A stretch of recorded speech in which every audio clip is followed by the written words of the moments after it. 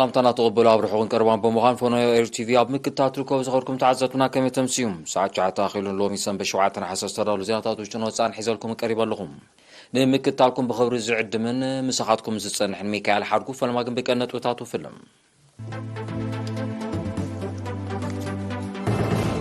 لومي بستقبر مرمراتات سكلتا زيغاتات بكورونا فايروس ملكافون كرقاقة كله شد ما تفانو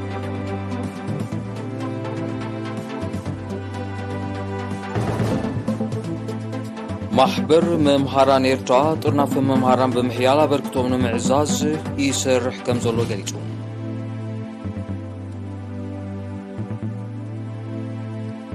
أبي نوزو بعرعتا قلقلو طعنا تتكامنتون سمسكن معبالكم زراي تحبيرو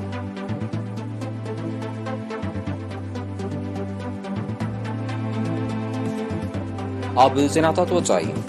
إسرائيل وشمت غازة بذكرته دبداب نايت تقتلو سبات قدري نفس رسنا روعة كبير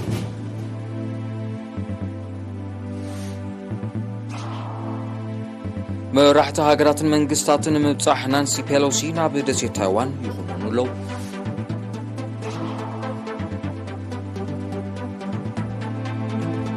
أبي كيبا بمخزن نداري بستغستنت بون بارعن سباون وانتان سراتات وريدو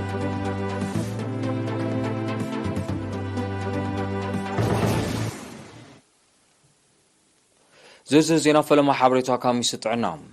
لومي أب ممرمر ماكلات زوبا ماكل بستقبرنا لابراتوري مرمراتات كلتا زيقاتات بكورونا فيروس ملكافهم ترقاقي صلوم عدراشيوم دما ما يتمنين كرنينيوم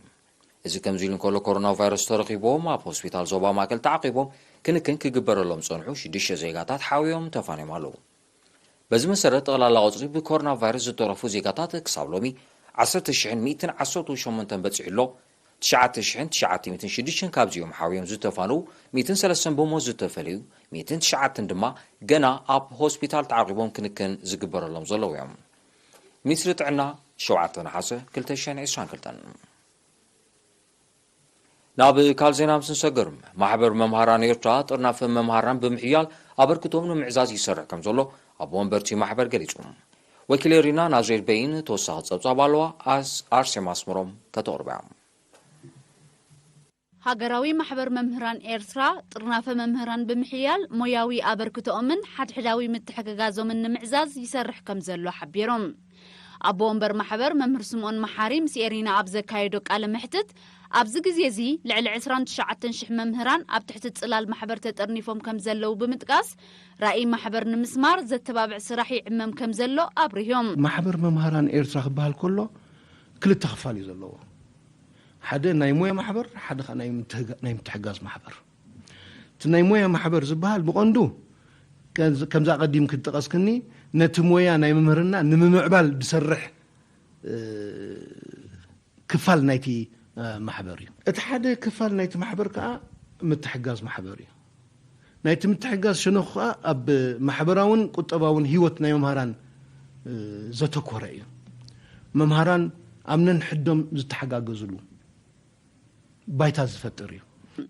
ممهر أب عبيتن معبالن حبرتسب كند تواسعي بمخانو تسكيمون زلو رزين حلافن تجنزيبو بموياوي سنة مقبار إننا تمرحة بخلو مدايم بقعة ولدوتات أمهنات بوفي أبركتو كجبر محبر بعتب زسر حلو زلو مخانون قليتهم ممهر سمونا سعيبو تمهرتي بعينت نابتزدل درجة نخبت صح ناي كلهم زملكتهم أكلات صعرن أستواطون زحتت كونت خونه اتقندق الله سجنا ممهر سلازخونه أمويا ممهرنا زتوافر زيجاتات عقمو من درجة من كبن قبل زكاية صعر كحيل أزغخيرهم بمسرة سندات مينستر تمرتي درجات تمرتي أمويا ممهرنا زتوافر عقم سب 32.8 ميتاويت ناي سيرتيفيكيت 15.9 ميتاويت ناي دبلوما 14.8 ميتاويت دما ناي قداماي ديغرن لعليون كخونن كله نزكب نمبال بناي دحره مرقات تمرتي ناي ديغرن دبلومان تمرتي وهاب كم زلو يفلت مويا ممهرنا نممعبال بقصالي صعري يقبري حدا ممهر كاب زلو درجة أبجريد نخون كاب سيرتيفيكيت ناب دبلوما كاب دبلوما ناب ديجري كاب قداماي ديجري ناب ماسترز كاب ماسترز ناب بي اتش دي كم دالة بوزحت عريو زجبر بوزحات ممهراون ناي بحكي ናብ ከምዚ ለውጢ መጽኦም እዮም ብጀካዚ እዚ እቲ ስሩዕ ኣካይዳ ኮይኑ ስሩዕ ትምህርታዊ ምዕባለ ኮይኑ ብጀካዚ ከምዚ ኢን ሰርቪስ ትሬኒንግ ወይ ኣብ ስራሕ እንከሎ ዝውሃብ ስልጠናታት እውን ኣሎ ብቤት ትምህርቲ ዝውደብ ስልጠና ኣሎ ብንኡስ ዞባ ዝውደብ ስልጠና ኣሎ ብዞባ ደረጃ ዝውደብ ስልጠና ኣሎ በሃገር ደረጃ ዝውሃብ ስልጠና ኣሎ ኣብ ውሽጢ 31 ዓመታት ኣብ ጽላት ትምህርቲ ብዝተገብረ ገዚፍ ወፍሪ ካብ ቅድመ ትምህርቲ ክሳብ ካልኣይ ደረጃ 280 ናይ ኣካዳሚ ሓንቲ ድማ ናይ ቴክኒክ ጥራይ ዝነበረ ቁጽሪ ኣብያተ ትምህርቲ ኣብ ዝእዋን እዚ ናብ 2142 ናይ ኣካዳምን 7 ናይ ቴክኒክን ክብከም ዝበለ ካብዚ እቲ 78 ሚታዊ ድማ ኣብቲ ናይ ትምህርቲ ዕድል ከይረኸበ ዝጸንሐ ርሑቕ ገጠራት ከምትሃንጸ እቲ ሰነዳት ብተወሳኺ የነጽር ብደረጃ ሃገር ካብ 200,000 ዘይበዝሕ ዝነበረ ቁጽሪ ተመሃሮውን ኣብዚ እዋን እዚ ናብ ልዕሊ 650,000 ክብከም ዝበለ ይፍለጥ ኣብ ዞባ ደቡባዊ ቀይሕ ባሕሪ ንዞባ ራዕታ ብኣገልግሎት ጥዕናን ተጠቃምነቱን ዝምስገን ከስካስ ከም ተመስገበ ተገሊጹ ሓላፊ ትካላት ጥዕናት ንዞባ ነርስ ኣሕመድ ዓሊ ዳናባ ነሪና ብዛሃቦ ሓበሬታ ንልዕሊ 20,000 ህዝቢ ዘገልግላ ሓንቲ ኮማዊ ሆስፒታል 3 መደበራት ጥዕናን ሓንቲ ክሊኒክን ከም ዘለዋ ብምጥቃስ ኣብ ዓቕሚ ሰብን መሳርሒታትን ዝግበር ዘሎ ወፍሪ ኣብ ዕድማዓነት ዝወሃብ ኣገልግሎት ዓብዪ ደገፍ ከም ዘለዎ ኣፍሊጡ ኣብ ኮማዊ ሆስፒታል ጢዖ ዝተዋደደ ቅድሚ መዓልቶም ንዝውለዱ ዕሸላት ፍሉይ ክንክን ንምሃብ ዝሕግዝ መሳርሒታትን ኣገልግሎትን ከምኡ እውን ኣብ መደበር ጥዕና ኣዩመን ዝተኣታተወ ኣገልግሎት ላቦራቶሪ ገለ ካብቲ ሎም ዓመት ዝተተግበረ ምዃኑ ዝጠቐሰ ነርስ ኣሕመድ ኣብ ኩለን ትካላት ጥዕና ናይ ዝሰርሑ ሞያውን ቁጽሪ ብ20 ሚእታዊት ከም ዝዓበየ ሓቢሩ ንዓበየ ዝመጸ ተጠቃምነት ህዝቢ መርኣያ ሰሪጹ ዘሎ ልዑል ንቕሓት ምዃኑ ብምግላጽ ድማ ኣብ ዝሓለፈ 6 ኣዋርሕ ቁጽሪ ተመሊሶም ዝተሓከሙ ምስ ቅድሚኡ ዝነበረ ዓመት ክነጻጸር እንከሎ ብ24 ሚእታዊት ሕክምናን ትሕትን ልዕልን 5 ዓመት ቆልዑ ብ47 ሚእታዊት ስሩዕ ክትትል ሕክምና ናይ ዝገበሩ ሕሙማት ዘይተመሓላለፍቲ ሕማማት ድማ ብ60 ሚእታዊት ከም ዝዓበየ ኣረዲዩ ነርስ ኣሕመድ ኣብ መወዳእታ ናይ መጥባሕቲ ኣገልግሎት ክረኽባ ናብ ዞባዊ መወከሲ ሆስፒታል ዓሰብ ናይ ዝለኣኻ ነፍሰ ጾራት ቁጽሪ ይውስኽ ስለ ዘሎ ካብ ጉዕዞን ሃልክን ንኽድሕና ኣብ ኮማዊ ሆስፒታል ጢዖ ናይ መጥባሕቲ ኣገልግሎት ዝጅመረሉ ኩነታት ክፍጠር ኣዘኻኺሩ ኣብ ዞባ ሰረጃኻ ነበርቲ ምምሕዳራት ከባቢ ወክን ዛገርን ብመሰረት መደባት ሓምላይ ወፍሪ ልምዓት ሰፊሕ ናይ ምግራብ ንጥፈታት የካይዱ ኣለዉ ኣብዚ ካብ ወርሒ መጋቢት ጀሚሩ ዝሰላሰል ዘሎ ወፍሪ ነበርቲ ብኮማት ተወዲቦም በብእብረ ንጡፍ ኣበርክቶ ይገብሩ ከም ዘለዉ ዝሓበረ ኣመሓዳሪ ምምሕዳር ከባቢ ዛገር ቀሺ ተስፋ ስላሴ ኮኸብ ዛጊድ 16.7 ሄክታር ክዛለ እንከሎ ኣሳት 4,000 ፈልስታት ኣውሊዕ ጽሕድን ቀላሚጦስን ከም ተተኽለ ገሊጹ ንእዋናውነትን ኣገዳስነትን ናይቲ ወፍሪ ዝጠቐሳ ኣመሓዳሪኑ ዞባ ሰረጃኻ ኣቶ ክፍለ ማርያም ገብረ መስቀል ብጥሉል ክራማ ተሰኒዩ ይካየድ ምህላው ልዑል ናይ ምጽዳቕ ተኽእሎ ከም ዘለዎ ኣብሪሁ ኣብቲ ንኡ ዞባ ዝርከባ 28 ዓድታት ንዘካይዶ ዘለዋ ልምዓታዊ መደባት ብምጓዝ ድማ ነቲ ስራሕ ዝከታተሉ ዘለዉ ኣመሓደርቲ ከባብን ኣባላት ሕርሻን ዕቱብ ንጥፈታቶም ክቕጽሉ ተላብዩ ሓላፊ ሕርሻ ኣብቲ ንኡ ዞባ ኣቶ ኣብርሃም ብርሃነ ወገኑ ጥብ ዝበለት ማይ ንምዕቃብን ማይ ኩዕታት ምፍዋስን ነበርቲ ምስ ሰሜናዊ ባሕሪ ዝዳወባ ዓድታት ካብ በለዛ ክሳብ ወኪ ኣብ 155 ሄክታር ፈልስታት ከም ዝተኽሉ ገሊጹ እዚ ከምዚ ኢሉ እንከሎ ወፋሮ ክረምታዊ ልምዓት ኣብ 9 ነቑጣታት ተዋፊሮም ኣብ መደባት ምዕቃብ ማይን ሓመድን ምግራብን ይሰርሑ ከም ዘለዉ ክፍለጥ ተኻኢሉ ኣሎ ሎም ዓመት ኣብ ንኡ ዞባ ሰረጃኻ ዛጊድ ብሓፈሻ ስታት 270,000 ፈልስታት ተተኺሉ ከም ዘሎ እቲ ዝተረኸበ ሓበሬታ ኣነፂሩ ማሕበር ድሕነት ትራፊክ ጽርግያ ኤርትራ ንቕሓት ሕብረተሰብ ኣብ ውሕስ ተጠቃምነት ጽርግያን ምክልኻል ሓደጋታት ትራፊክን ንምብራኽ ይሰርሕ ከም ዘሎ ገሊጹ ኣብ ወንበር ማሕበር ኣቶ ስቲፋኖስ ሃብተ ማርያም ሰሪና ኣብ ዝገበሮ ቃለ ምሕትት ሓደጋታት ትራፊክን ሳዕቤናቱ ንምግታእ ጎስጓሳዋ ሰምሮታት ንምክያድ ዝቆመ ወለንታዊ ማሕበር ምዃኑ ጠቒሱ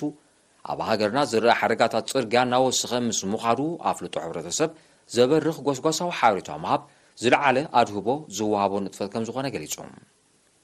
ልዕሊ 9 ሚእታዊት ካብ ሓደጋታት ትራፊክ ጽርግያ ብሸረርትነት ሰባት ዝኽሰት ምዃኑ ዝጠቐሳ ኣቶ ስቲፋኖስ እዚ ኩነታት እዚ ንምምሕያሽ ኣብ እዋን ክራማት ብተሳተፍቲ ወፋሮ ተመሃሮ ንልምዓት ዝካየድ ንጥፈታት ህዝቢ ብተገዳስነት ክኽተሎ ኣብ መሰጋገሪ ኣጋር ድማ መራሕቲ ተሽከርከርቲ ንኣጋር ቀዳምነት ክህቡ ተላብዩ ንመጻኢ መደባት ናይቲ ማሕበር ብዝምልከት ኣብ ዝሃቦ ሓበሬታ ድማ ምትካል መረጽን ድሕነት ኣብ መገዲ ኣስመራ ከረን ምትግባር ፕሮጀክት ጎስጓስ ህዝባዊ መጓዓዝያ ኣብ ዞባታት ዓንሰባንጋሽ ባርካን ከምኡውን ኣብ ሳዕቤናት ኩቱር ናህርን ምጥቃም ሞባይል ኣብ እዋን ምምራሕ ተሽከርከርትን ዘተኮረ ጎስጓስ ምክያድ ከም ዘጠቓልል ኣፍሊጡ ኣብ ዝሓለፈ 10 ዓመታት ዘጋጠመ 3958 ሓደጋታት 117 ሞት 591 ከቢድ ኣካላዊ ጉድኣት 1173 ድማ ፎኪስ መቕሰልቲ ከም ዘሰዓበ ካብቲ ማሕበር ዝተረኸበ ሓበሬታ ኣፍሊጡ ዜና መስዋእቲ ኣብ ጨንፈር ሚኒስትሪ ትምህርቲ ዞባ ማእከል ሓላፊ ወፍሪ ተምሃሮ ንልምዓት ገዲም ተጋዳላይ አብርሃም በርሀ ገብረስላሴ ብ5 ነሓሰ ኣብ መበል 72 ዓመት ዕድሚኡ ብሃንደበታዊ ሕማም ተሰዊዩ ኣብ ወርሒ ጉንቦት 1975 ናብ መሳርሒ ህዝባዊ ሓይልታት ሓርነት ኤርትራ ዝተሰለፈ ተጋዳላይ አብርሃም በርሀ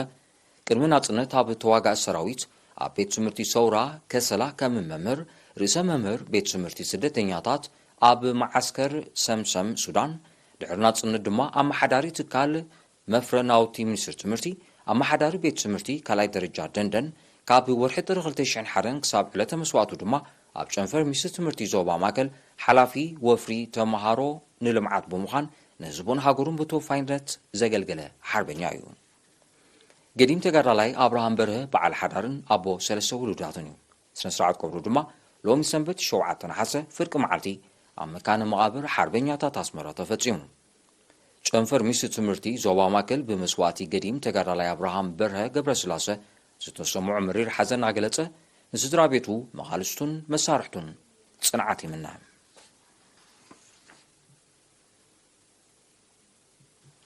ዝኸበርኩም ተዓዘብቲ ስዕባ ጉራው ዜናታት እዩ ንምክትታልኩም ክትቀጽሉ ደጊመ ብኽብሪ ዕድም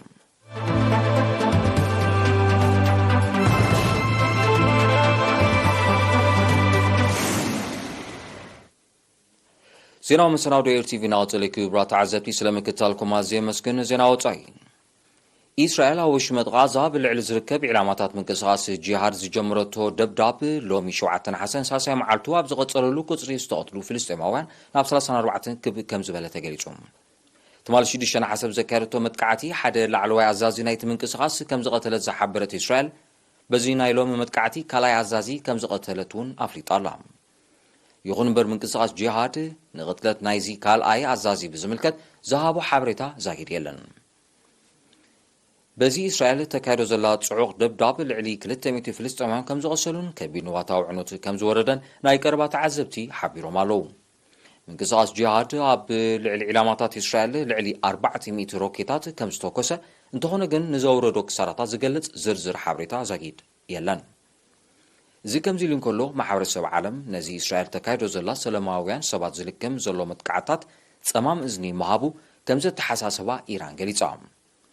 ፍልስጤማዊ ምንቅስቓስ ሓማስ ኢስራኤል ተካይዶ ናይ ዘላ መጥቃዕታት ከቢድ ዋጋ ክትከፍል ምዃና ይገልጽ ብምህላው ወጥሪ ወሽመጥ ጋዛ ናብ ቁልዕ ውግእ ከይልሕም ሓያሎ ወገናት ስጋቶም ይገልጹ ኣለዉ ሓያሎ መራሕቲ ሃገራትን መንግስታትን ነቲ ኣፈኛ ባይቶ ወከልቲ ህዝቢ ኣሜሪካ ናንሲ ፔሎሲ ኣብ ደሴት ታይዋን ዘካየደቶ ተኽታኹ ምብጻሕ ይኹኑን ኣለዉ እቶም መራሕቲ ፔሎሲ ዝወሰደቶ ስጉምቲ ንፖሊሲ ሓንቲ ቻይና ዝጥሕስን ንሉላውነትን ግዛታዊ ሓድነትን ቻይና ዝግህስን ምዃኑ ሓቢሮም እቲ ኣብ ውሽጣዊ ጉዳያት ቻይና ዝተገብረ ምትትታው ኣብ ሞንጎ ኣሜሪካን ቻይናን ንጸንሐ ምትፍናን ካልእ ኣንፈት ከትሕዞ ከም ዝኽእል እውን እቶም መራሕቲ ኣሚቶም ኣለዉ ኣሜሪካ ብደሴት ታይዋን ትገብሮ ዘላ ምትትታው ሕጋውን ሞራላውን ተቐባልነት ከም ዘይብሉ ዘነጸሩ እቶም መራሕቲ እቲ ስጉምቲ ንጸጥታ ናይቲ ከባቢ ኣብ ሓደጋ ዘእቱ ምዃኑ ኣረዲኦም ኣብ ልዕሊ ደሴት ታይዋን ወታደራዊ ስጉምቲ ክትወስድ ከም እትኽእል ከተጠንቀቕ ጸንሐት ቻይና ኣብ ውሽመጥ ታይዋን ን4 መዓልታት ዝቐጸለን ብተኹሲ ዝተሰነየን ገዚፍ ወታደራዊ ልምምድ ከተካይድ ከም ዝቐነየት ይፍለጥ በኣሜሪካ ዝምራሕ ኪዳን ሰሜን ኣትላንቲክ ኔቶ ንሩስያ ወታደራዊ ከበባ ንምእታውን ዝነበሮ ናይ ምስፍሕፋሕ ውጥን ኩናት ዩክሬን ኩላዕ ጠንቂ መንባሩ ይግለጽ ኣብ ከተማ ማንታሰስ ኩባ ሓደጋ ባርዕ ኣብ መኽዘን ነዳዲ ብዘሰዓቦ ኖት ግን ባርዕን ሰብኣውን ዋታኑ ክሳራታት ወሪዱ بتحرقا لعلميتن 20 سبات كم زقصلون 17 أبلات أهدو مدفعة حاوي دهايم طفيو كم زلون نسرت عنا تهاجر أفليتو لهم زي كازيبتي نتقون بارعن أم مخزن ندادي كبير عنوات كم زورده سمزي كيبا حبيروم متى نستقاطل النداد كوا زاجيت انتزي تنصره اتحرقا بتهاجر تفتيرن زلو حصره ندادي مريسو كيغادو سغاتالوم منجيسو كيبا نتي ناب حيالو تكالات زلحام بارعن مقصار بزغربو طلب مسرت امريكا روسيا فنزويلا مكسيكون زركبن بركت زبل هاجرات نواتاون تكنيكاون دغف كم زغبرا تيغليصوم نيوكرين غزيف اصوار تعطق زل امريكا لعل 1 بليون دولار زواغو توسخ اصوار كتلخلا مخانا افريقيا زحدش وتادراو دغف زتراقق سرعه روكيت كم زتقالل مع كنازينا نسمز امريكا بمتقاسا قاريحن امريكا كاب ورح لكاتي نايز عامت زي طراي ناب يوكرين بتغلالا لعلي 8 بليون دولار زواغو اصوار كم زلاختيوم صبصبا زردوم زي غزيف وتادراو دغف نيكينات يوكرين بمنواح نسباو نوتان كساراتاتو مليسو يعبيكم زلو وتادراون تنتنتي يقلصوم بأمريكا زمراح كيدان سمين أتلانتيك نيتو نروسيا أو تادراو كببان متاو نقودا يوكرين كم مسارح يتقملو كم زلو يو منقس روسيا زوكس اتي كيدان أب مبراق إيروبا زي قبرو زلو تادراو مسفحفح لسلطانايتي زوبا كي ترفه بقالو تايتقرو كم زلو نمعبالتاتو بقربا زكتاتو الوغنات يقلصوم زي خبركم تعزبتن لهم شس ترالو زينا نمزا مارشات زينا كرقملكم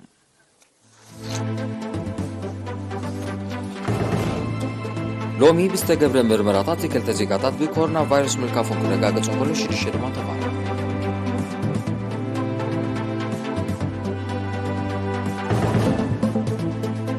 هاقراوي محبر ممهران إرترا ترناف ممهران بمحيالا بركتو من معزاز يسرح كم زلو قليتو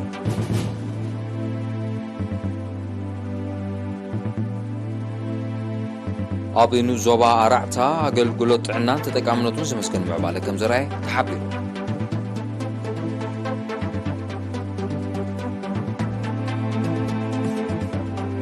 إسرائيل وشمت غازة بزكايتو الدبداب نايز تغضو السواد قطري ناب 34 كبيرو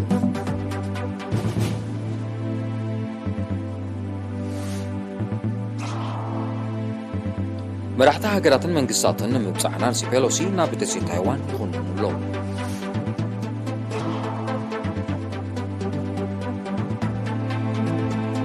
أبو كيبا بمخزن ندادي بستخصنة تكون بارعن السباو نواتون سرطات وريدو